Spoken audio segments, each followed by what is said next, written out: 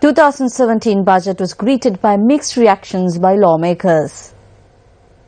Well, all I could basically say that we have given a very pro-development oriented budget. You could see that the general public has not been taxed in any way. Anybody earns less than 50,000, I don't see anywhere where any taxes have been brought in. So this is a very revolutionary approach where we have recycled from where it is, from who can afford to pay, towards people who are less fortunate. Well, the only way is the proof of the pudding is in the eating. This year's 2016 budget is as predicted, it's happening. We are maintaining the fiscal deficits that are there and able to give the professional leadership that is expected. All you could basically say is the performance is the best indicator. So the repercussions on the welfare sector that we have enjoyed will collapse. The imposition of various taxes on the people will give rise to rising cost of living. And unemployment, though the government says there will be employment, it will be an unemployment budget because the privatization process is hidden in the budget. So we won't be surprised that this is going to be a failure.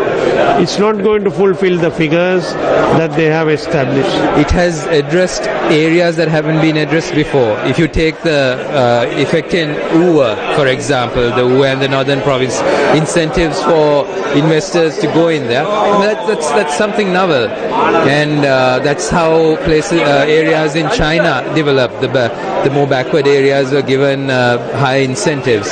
So it's a well thought out budget. Not only the sports, I think we have decided to implement this budget for the future rather than thinking of the present. I think when we do a budget, we need to think of tomorrow and further rather than thinking of today. I still feel that we have allocated a lot of money for sports, we are allocating a lot of money for development, and we are looking at the future development.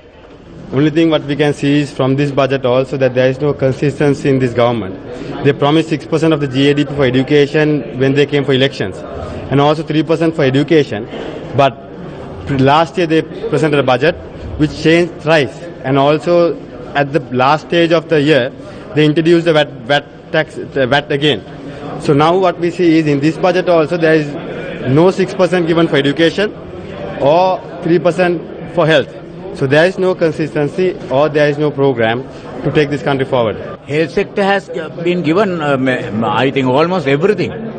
So whatever we have requested, everything is included there. And for the health, this is the highest budget this year, 2017. It is more than any of the years. So this is the highest. And we have achieved the 3% of the GDP, what we have promised in the elections. The development-oriented budget proposal for 2017 was presented by Finance Minister Ravi Karnanayaka this evening.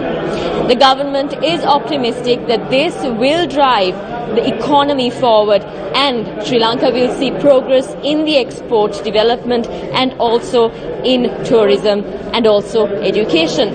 Education was given and emphasized a lot by the Minister of Finance today during his budget proposal, and even the Minister of Education is optimistic that this will open doors for Sri Lankan universities, Sri Lankan students, and also it will give an opportunity for countries around the world to come to Sri Lanka and study here and pursue their higher education.